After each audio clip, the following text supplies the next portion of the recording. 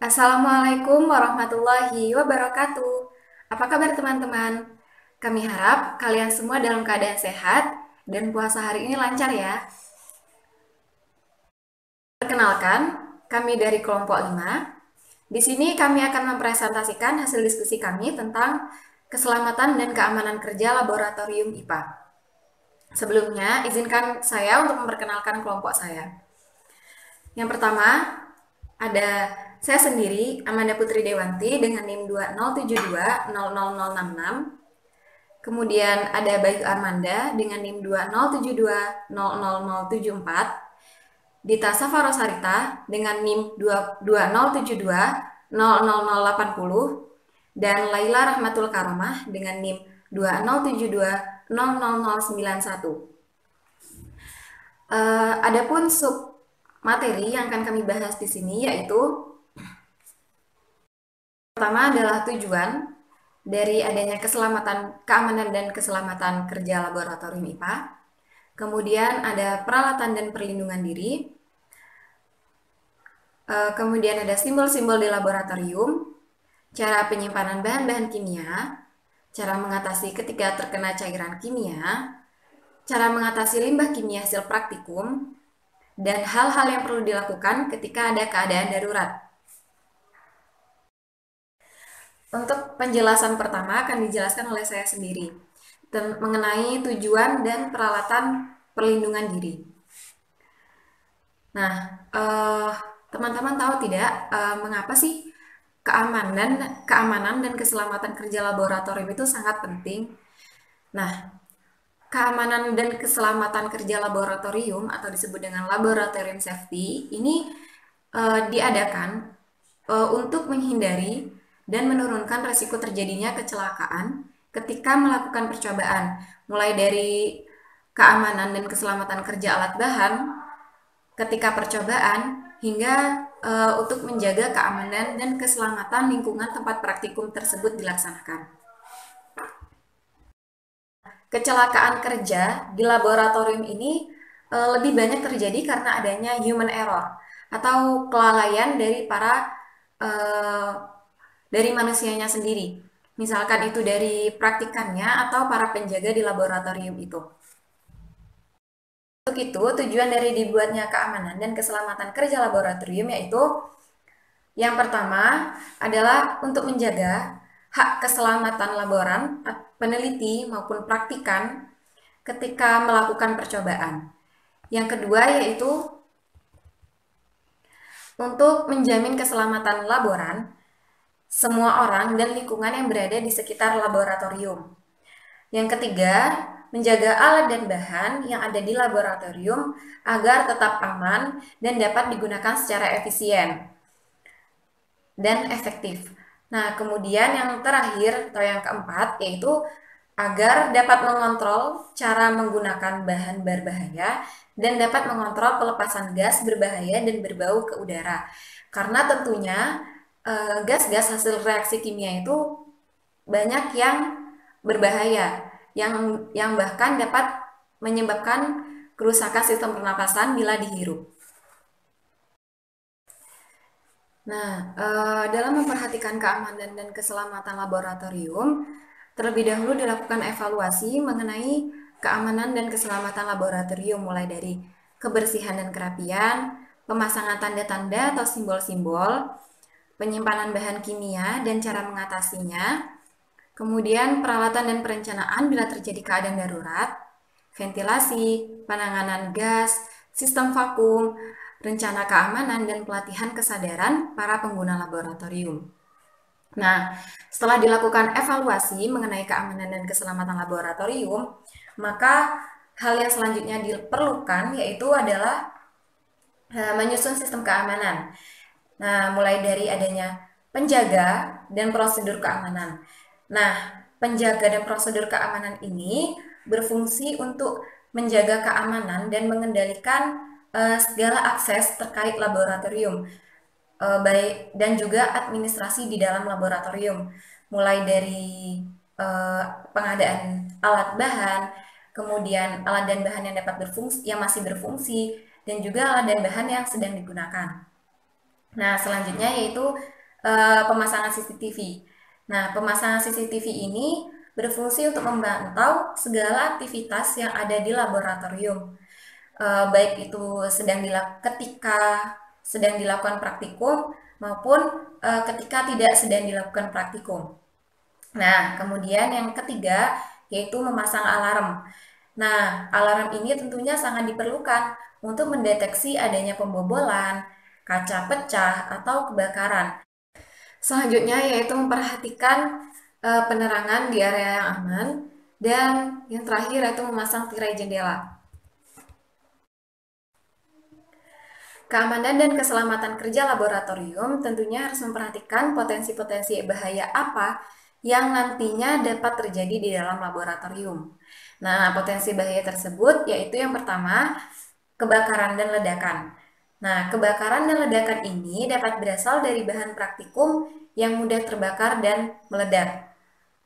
Contohnya seperti TNT atau amonium nitrat yang mudah meledak.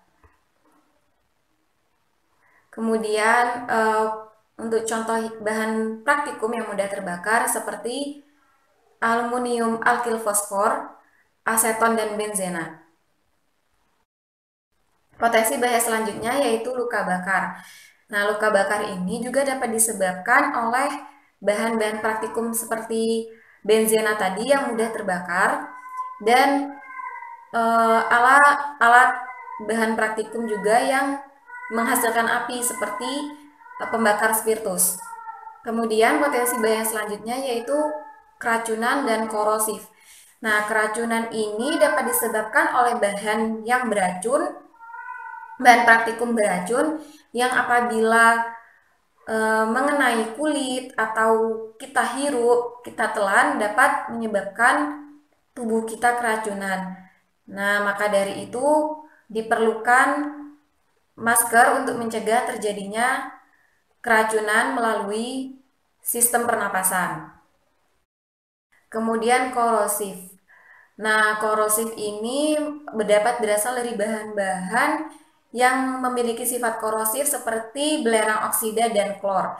Nah, bila senyawa atau bahan kimia tersebut mengenai jaringan hidup seperti kulit, itu dapat menyebabkan kulit melepuh.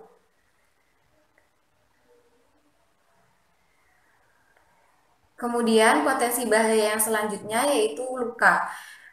Bisa luka sayat yang dapat disebabkan oleh pecahan kaca alat-alat praktikum alat-alat praktikum yang terbuat dari kaca, dan juga benda-benda tajam seperti silet dan gunting. Potensi bahaya yang selanjutnya yaitu terpeleset akibat lantai laboratorium yang licin dan kesalahan dalam memilih jenis sepatu yang digunakan di dalam laboratorium. Kemudian radiasi akibat peralatan listrik yang digunakan, dan juga alat-alat praktikum yang menggunakan sinar-sinar UV yang dapat menyebabkan radiasi bila terkena manusia. Kemudian adanya infeksi. Nah, potensi bahaya infeksi ini tentunya tidak terlepas dari laboratorium, karena di laboratorium merupakan tempat yang biasanya berkaitan dengan virus dan juga bakteri, kuman maupun parasit sebagai bahan praktikumnya. Selanjutnya, untuk menjaga keamanan dan keselamatan di laboratorium tentunya diperlukan peralatan pelindung diri seperti menggunakan jas laboratorium, nah, yang berfungsi untuk melindungi badan dari terkena bahan kimia yang berbahaya. Kemudian menggunakan kacamata bila diperlukan untuk melindungi mata ketika melakukan percobaan dari resiko bahaya terkena percikan larutan kimia. Selanjutnya yaitu menggunakan sepatu di dalam laboratorium yang ditujukan untuk melindungi kaki dari resiko terkena bahan kimia. Kemudian menggunakan pelindung muka atau face shield yang berfungsi untuk melindungi muka dari resiko terkena percikan material panas dan api. Kemudian menggunakan masker bila itu diperlukan untuk melindungi laboran agar tidak menghirup gas berbahaya akibat dari reaksi kimia sendiri. Kemudian menggunakan sarung tangan atau kaos tangan untuk melindungi tangan dari terkena bahan kimia yang dapat menyebabkan kulit iritasi hingga melepuh. Yang terakhir yaitu menggunakan pelindung telinga jika itu diperlukan untuk melindungi telinga dari suara bising peralatan tertentu seperti crusher atau penghalus sampel tanah yang bunyinya sangat membisingkan, dan autoclave atau alat yang digunakan untuk mensterilkan alat-alat laboratorium setelah digunakan. Sekian penjelasan dari saya. Selanjutnya akan dilanjutkan oleh Mbak Dita Safarosarita. Baik, yang selanjutnya kita akan membahas tentang simbol-simbol di laboratorium. Pada gambar yang pertama yaitu iritan, yang berarti bahan yang dapat menyebabkan iritasi, gatal-gatal, dan dapat menyebabkan luka bakar pada kulit. Yang selanjutnya toksik, yang berarti bahan yang bersifat beracun, dapat menyebabkan sakit serius, bahkan kematian bila tertelan atau terhirup. Yang selanjutnya very toxic, yang berarti bahan yang bersifat sangat beracun dan lebih sangat berbahaya bagi kesehatan yang juga dapat menyebabkan kronis bahkan kematian. Yang selanjutnya korosif, yang berarti bahan yang bersifat korosif dapat merusak jaringan hidup, dapat menyebabkan iritasi pada kulit, gatal-gatal, dan dapat membuat kulit mengelupas. Lalu flammable, yang berarti bahan kimia yang mempunyai titik nyala rendah, mudah terbakar dengan api, bunsen, permukaan metal panas, atau loncatan bunga api. Yang selanjutnya highly flammable, yang berarti mudah terbakar di bawah kondisi atmosferik biasa atau mempunyai titik nyala rendah di bawah suhu 20 derajat Celcius dan mudah terbakar di bawah pengaruh kelembapan. Yang selanjutnya extremely flammable, yang berarti bahan yang amat sangat mudah terbakar, berupa gas dan udara yang membentuk suatu campurannya yang bersifat mudah meledak di bawah kondisi normal.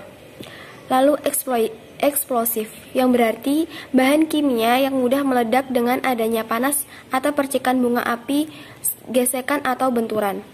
Yang selanjutnya adalah oxidizing, yang berarti bahan kimia bersifat pengoksidasi, dapat menyebabkan kebakaran dengan menghasilkan panas saat kontak dengan bahan organik dan bahan pereduksi.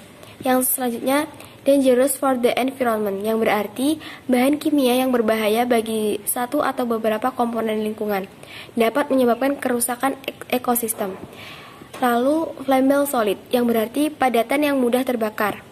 Selanjutnya flammable liquid, yang berarti cairan yang mudah terbakar. Dan yang terakhir adalah flammable gas, yang berarti simbol pengaman yang digunakan pada tempat penyimpanan material gas yang mudah terbakar.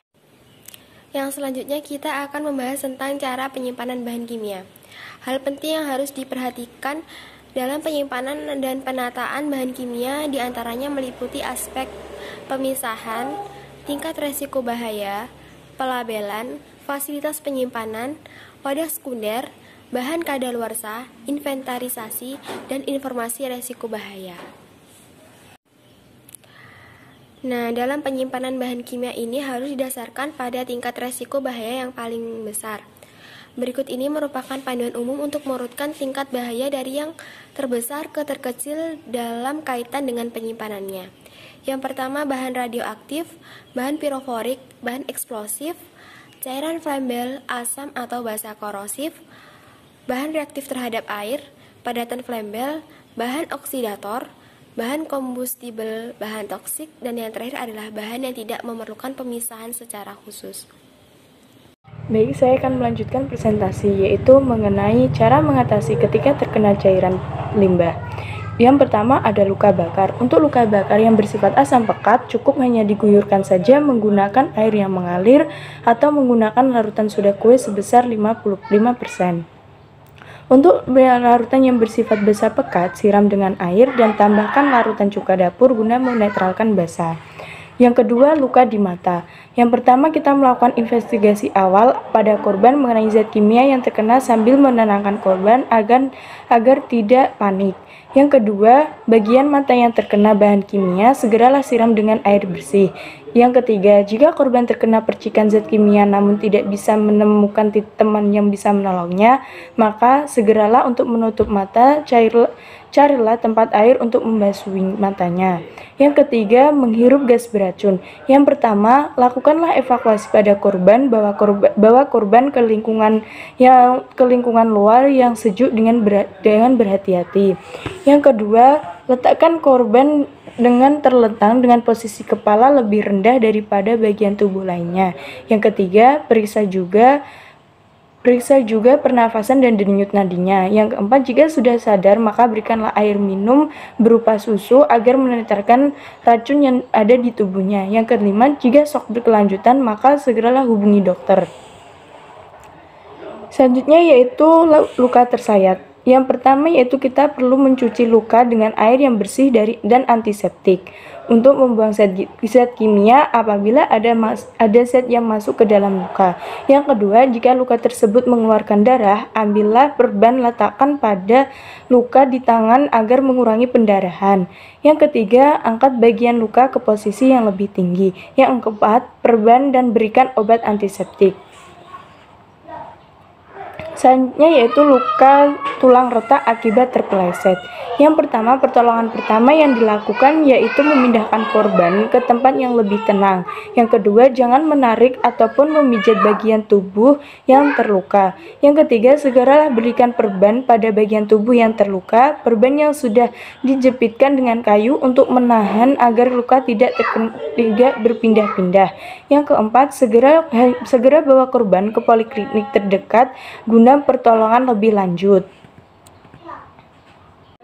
Selanjutnya yaitu cara mengatasi limbah kimia dari hasil praktikum. Yang pertama ada limbah cair. Untuk cara kerja dari alat sebuah pengelolaan limbah itu, yang pertama yaitu untuk limbah cair ditampung pada sebuah bak penampung. Penampung dapat dilakukan secara manual atau dapat dilakukan dengan bantuan pompa yang telah dimiliki oleh sekolahan.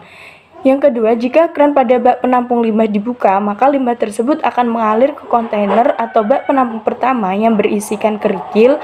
Kerikil ini berfungsi untuk menyaring kasar untuk memisahkan antara padatan yang tersubstansi dari limbah. Yang ketiga yaitu limbah yang telah melewati kontainer pertama akan mengalir berupa tetesan limbah ke kontainer kedua yang berisikan zeolit. Zeolit sendiri memiliki fungsi untuk menyerap zat warna, anion, kation, dan zat organik yang tidak diikat oleh resin penukar anion maupun kation.